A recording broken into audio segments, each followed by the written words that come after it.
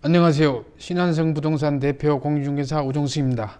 오늘은 두 번째 안성의 동안성 쪽에서 특히 안성 맞춤 IC나 건강호수 주변에 건축 제한이나 행위 제한, 어떤 건축 시 걸림돌은 없는가, 이 부분에 대해서 두 번째 강의 시간입니다. 첫 번째로 말씀드린 것은, 첫 강의로 말씀드린 것은 38국도 주변에 건축 허가 부분하고 그 다음에 안성기획사로부터 건강호수 초입까지 이 부분에 대해서 어떤 행위 제한, 이 부분에 이쪽이 안성맞춤 IC가 들어온 쪽이죠. 이 부분에 대해서 다뤄봤고요. 오늘은 건강호수 쪽입니다. 건강호수 다들 많이 찾으시는 건강호수 주변의 건접 토지에 대해서 알아보겠습니다. 대부분의 손님들이 호수뷰나 호수 조망이 보는 토지를 선호하죠. 하나의 로망이죠. 당연합니다. 그러나 깊게 들어가면은 건축 제한이나 행위 제한, 여러 가지 건축하는데 애로사항이 있을 겁니다. 그래서 이 부분을 잘 알고 들어가셔야만 마음이 편하실 겁니다. 그런 측면에서 건강호수를 집중적으로 다뤄보고자 합니다. 먼저 안성시에서 이 허허벌판 안성맞춤 IC 주변과 건강호수 주변의 용도지역부터 살펴보겠습니다. 자, 여기가 안성맞춤 IC입니다. 여기가 건강호수고요. 안성종합운동장이 여기 있습니다. 안성맞춤 IC 앞에 이 바둑판 형태의 농지는 현재 국계법상, 국토계획법상 생산녹지고 농지법상 농업진흥구역입니다. 이것이 대략 제가 봤을 때 이쪽하고 이쪽 합치면 한 100만 평 됩니다. 생산녹지 농업진흥구역이고 농업진흥구역에는 농업인의 주택밖에 못 집니다. 물론 농업인의 창고나 비닐하우스 이 정도죠. 그러나 그에 반해서 이 초록색은 방금 설명했던 대로 농업진흥구역이고요. 오른쪽에 빨갛게 칠한 부분이 자연녹지입니다. 이 부분은 용도지역상은 이종 건설까지도 가능한 지역입니다. 이 부분의 땅은 형태를 보면 땅이 전부 다 부정형, 꼬불꼬불한 토지이거나 부정형 토지가 많죠. 반듯반듯한 땅이 아니고, 이런데 원래 투자가 들어가는 것이 맞던데 여기는 현재 땅이 없습니다. 왜냐하면 안성기획사로부터 300m 이내는 문화재 보존 지역에다가 이쪽은 또 보존 산지고 해서요. 이쪽 부분이 땅이 굉장히 귀합니다. 자, 건강호수를 보겠습니다. 본론으로 들어와서 건강호수가 이렇게 V자형, 어떻게 보면 L자형으로 생겼는데 이쪽이 안성 베네스 쪽이고요. 이쪽이 옥정리 진천 넘어안 쪽입니다. 다 농업보호구역입니다. 농지법상 농림지역은 농업보호구역과 농업진흥구역으로 나옵니다. 농업보호구역은 농업용수로를 대기 위한 보호해야 할 구역이죠. 글자 그대로 농업보호구역입니다. 이쪽에 좌측의 절대농지, 바둑판 농지에 농업용수를 제공하기 위해서, 공급하기 위해서 농업보호구역으로 지정된 호수입니다. 자, 다시 이게 건강호수입니다. 건강호수 자체는 농림지역의 농업보호구역이라고 했죠. 건강호수에서 벗어난 지역의 건접지역은 농림지역입니다. 국토계획법상 농림지역입니다. 그 다음에 다시 한번 보겠습니다. 건강호수입니다. 짙은 빨간색이 건강호수고 농림지역의 농업보호구역이라고 그랬죠. 그 이외의 지역은, 호수에 접해 있는 이외의 지역은 농림지역, 농림지역 이렇게 전부 다 빨갛게 칠해진 부분이 농림지역입니다. 건강호수를 뒤덮었죠. 자, 그래서 건강호수는 이제 다 농림지역 농업보호구역인데 유일하게 하나 이제 제가 발치를 해서 계획관리지역이자 취락지구 하나 있습니다. 이게 건강호수고요. 이쪽이 안성 베네스 들어가는 쪽입니다. 그래서 이 안성의 건강호수 주변에 유일하게 계획관리지역이자 자연취락지구가 있는 곳인데, 아마 안성을 몇 번 오신 분은 아실 겁니다. 여기가 더뷰라는 카페입니다. 여기가 청학대 미술관 레스토랑이고, 여기가 계획관리지역이자 자연취락지구인데요. 음식점이 지금 허가가 나오는 지역인데요. 최근에 매매된 건 거의 300만 원에 가깝습니다. 여기 보시다시피 이런 땅은 농어촌공사 땅이고요. 개인 소유 땅이 아닙니다. 참고로 금강호수 주변에 유일하게 계획관리는 요거밖에 없다라는 것을 참고로 말씀을 드리는 거고요. 자, 금강호수 전체를 제가 조사를 해봤는데 완벽하진 않지만은 이 분홍색이 종중임야고요. 이 파란색이 농어촌공사 소유의 유지거나 땅 임야입니다. 그러면 전체를 놓고 보면은 전부 다 개인 소유 땅은 많지 않죠. 간혹 이쪽에 한두 개씩 있습니다. 이 뒤쪽 뒷블록 쪽은 좀 있죠. 이쪽 뒷블록 쪽은. 그러거나 간혹 이런데 한두 개씩 있어요. 개인 소유 땅이 있긴 있습니다. 있는데 전체를 놓고 보면은 이게 전체 조사는 안 해봤지만은 한 7, 80%는 종중 임야이거나 농어촌공사 소유로서 개인 간의 거래가 허용되지 않는 겁니다. 채근접 토지는. 이걸 아셔야 되는데 전부 다 이게 사유지로 착각하고 계시는데 그렇지는 않다는 것을 말씀을 드리고요.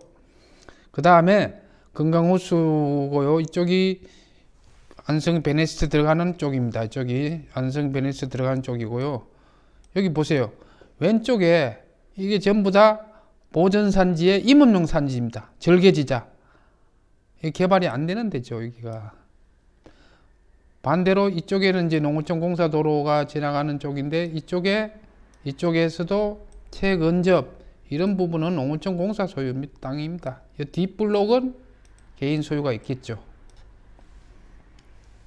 자, 그래서 금강호수 주변에 그 땅은 소유가 종중이거나 한국농어촌공사 소유가 거의 3분의 2에 가깝게 많다는 것, 거래가 안 된다는 것을 기본적으로 아시고, 두 번째로 이건 중요한 부분인데 어느 부동산에서도 들어보기가 어려울 수는 있습니다. 깊게 다루지는 않았을 겁니다. 자, 이 도로는 금강호수 들어가는 도로인데요. 이 도로가 지자체 도로입니다. 저기 안성 베네스트까지 이렇게 들어가고 이렇게 들어가는 도로죠. 자, 이 지자체 도로는 지방자치단체 도로는 여기 마을이 있습니다. 여기도 마을이 있습니다. 사감마을, 모산마을, 동막마을, 마을이 있습니다.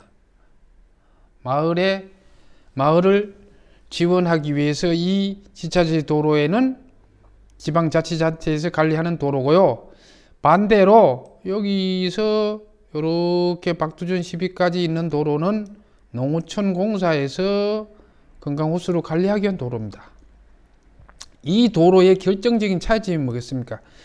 지자체 도로는 마을의 주민이나 주민들의 편리를 유지하기 위해서 이 안에 이 지자체 도로를 따라서 뭐가 지나가겠어요? 설비가 지나가죠. 배수로, 가스관, 수도관 이런 것들이 깔려 있죠. 그러나 농어촌공사는 수로를 관리 위한 거니까 여기에 기본적으로 원칙적으로는 없습니다.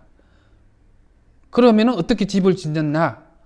이렇게 집이 있다면요, 처음에는 안 깔렸지만은 이 도로를 절개해서 아마 배수로를 연결했을 겁니다. 그 다음부터는 여기에 또 다른 집이 있다고 하면은 이 부분은 이 집에 하고 동의를 받아서 연결을 했죠. 이런 식으로 집을 지은 거라고 우리가 보고 있습니다. 그래서 원칙적으로는 배수로가 없습니다. 이 부분이 결정적인 지자체 도로하고 차이점입니다. 이런 부분에 건축 인허가도 날 때 깊이 짚어보는 게 토지의 투자의 판단이 되겠습니다. 그래서 금강호수고요. 오른쪽이 유지고요. 이쪽이 박두진 12 쪽으로 들어가는 쪽입니다. 박두진 12 막다른 쪽인데요. 여기를 보시면은 이게 농어촌공사 도로인데 가로등이 없죠. 교통신호 체계도 없죠. 물론 최근에 산책을 위해서 가로등을 달았습니다. 처음부터는 없던 겁니다. 농어촌공사 도로, 금강호수를 관리하기 위한 도로고요. 아까 보셨다시피 요거는 지자체 도로라 그랬죠. 지자체 도로, 지방자치단체 도로, 마을을 관리하기 위해서 도로. 이 안에 모든 배관이나 수로가 지나가고 있습니다. 즉 여기서 봤을 때 이건 지차제 도로고요. 이렇게 해서 박두진 12까지 이거는 농어촌 공사도로예요. 이거 농어촌 공사도로입니다. 이 부분하고 이 부분하고 차이가 있습니다. 그거를 말씀을 드리는 겁니다. 자, 그리고 이제 얼마 전에 해제됐던 안성시 산림보호구역이 해제됐다, 완전 해제됐다 해가지고 언론에 나온 적이 있습니다. 한 2년 된 것 같아요. 2년이 다 돼가네요. 다 돼가는 것 같은데, 그 고산저수지 등 6개의 약 650만 평의 산지를 공인용산지에서 임목농산지로 변경해서 해제됐다고 얘기를 한 겁니다. 자, 이것은 규제가 완전히 해제된 건 아니고요. 산지는 준보전산지와 보전산지로 나누는데, 보전산지는 공익산지와 임목용산지로 나눕니다. 공익용산지는 공익 목적을 위해서 쓰는 거기 때문에, 예를 들자면 뭐 산사태를 방지하기 위한 방풍림 뭐 이런 것도 될 수 있고요. 그 다음에 공익 목적의 마을 해강, 공익 목적의 뭐 어떤 청소년 수련 시설 뭐 이런 것들은 에만 용도가 제한적으로 허용되는 것이고, 개발이 임업용 산지는 우리가 그 임업용 그 임업용 축산물을 생산하는 산지입니다. 예를 들자면 버섯 재배, 약초 재배, 뭐 유실수 이런 것도 되는 겁니다. 공인용 산지보다는 한 단계 완화된 단계죠. 그 한 단계 완화된 단계로 산지로 변경됐다는 것이지, 이것이 완전 준보전 산지로 변경돼서 국토계획법을 따르는 것은 아니다. 산지는 산지관리법을 따르지만은 준보전 산지가 됐을 경우에는 국토계획법에 따라서 건축 인허가가 수월합니다. 그 차이가, 결정적인 차이가 있습니다. 그래서 완전히 해제 건축이 완전히 풀린 건 아니다. 결론적으로 다만 산지가 한 단계 완화됐다, 그런 얘기입니다. 즉 금강면의 금강저수지, 마둔저수지, 서운면의 청룡저수지, 죽산면의 용설저수지, 고산면의 고삼저수지, 양성면의 이동저수지. 이동저수지는 원래 용인시 처인구 건데 양성면에 좀 걸쳐 있습니다. 6개 저수지에 약 650만 평 되는데 일부, 그 중에서도 일부 해제가 됐다, 그런 얘기입니다. 해제가 되면요, 임업용 산지로 해제되면은 준보전 산지로 편입돼야만 진짜 백인데, 산지 특성 평가를 받아야 돼요. 이렇게 복잡합니다. 산지 특성 평가를 받아서 준보전 산지로 편입이 돼야만 명실상부한 건축 허가가 수월한 거고요. 산지 특성 평가를 받아서 임업용 산지라도 준보전 산지로 편입이 안 되면 별 효과가 없어요. 그 금강호수 주변도 가보면은 일부 벌목을 해서 허가를 맡은 것 같은데, 버섯을 재배하는지 뭐 약초를 재배하는지 아직 심지는 않았는데 컨테이너 갖다 놓고 대략적으로 쓰고 있더라고요. 이런 것이 준보전 산지로 완전히 편입될 때는 상당히 좋은 땅이 될 것입니다.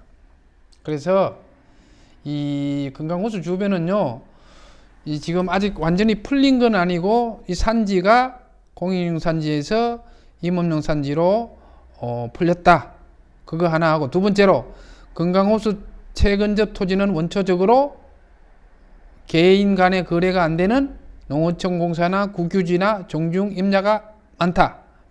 그러면서 건축 인허가는 상당히 쉽지 않아요. 예를 들어서 여기 집을 지으려면요, 농어촌 공사의 허락을 맡아야 되고요. 그 다음에 여기 개발 행위를 하면 안성시 같으면 안성시 도시정책과, 건축은 건축과, 또 어떻게 해야 됩니까? 농지잖아요. 농지 전용하려면 어디 가야 돼요? 농업정책과. 국어 점용이 국어가 껴있네? 이것도 농업정책과. 아, 도로도 밟고 들어가네? 건설과. 이렇게 소관 부서가요, 같은 지자체 내면 그래도 왔다 갔다 안에서 내부에서 왔다 갔다 하면 되는데, 농어촌 공사는 별도로도 허락을 맡아야 돼요. 뭐냐 그러면 배수로 설치, 배수 설치 기준, 지금 같은 경우는 8ppm입니다. 그렇기 때문에 집 짓는 것도 결코 까다롭지는 않습니다. 이 부분을 깊이 아시고 들어가는 게 좋고요. 그래서 제가 누누이 말씀드리지만은 이러한 부분에서 한 발짝 물러선 2, 3km 내에, 한 발짝 물러선 2, 3km 내외라도 건강호수 얼마든지 관람하고 관광할 수 있습니다. 그리고 저평가되어 있으니까 이런 부분에 투자하는데 유의하시라 해서 두 번째로서 꼭 어떤 규제나 제한은 아니고요. 어떤 건축 행위에 걸림돌이 있으니 자세하게 짚고서 투자를 하시라는 차원에서 두 편 강의로 보내드렸습니다. 감사합니다.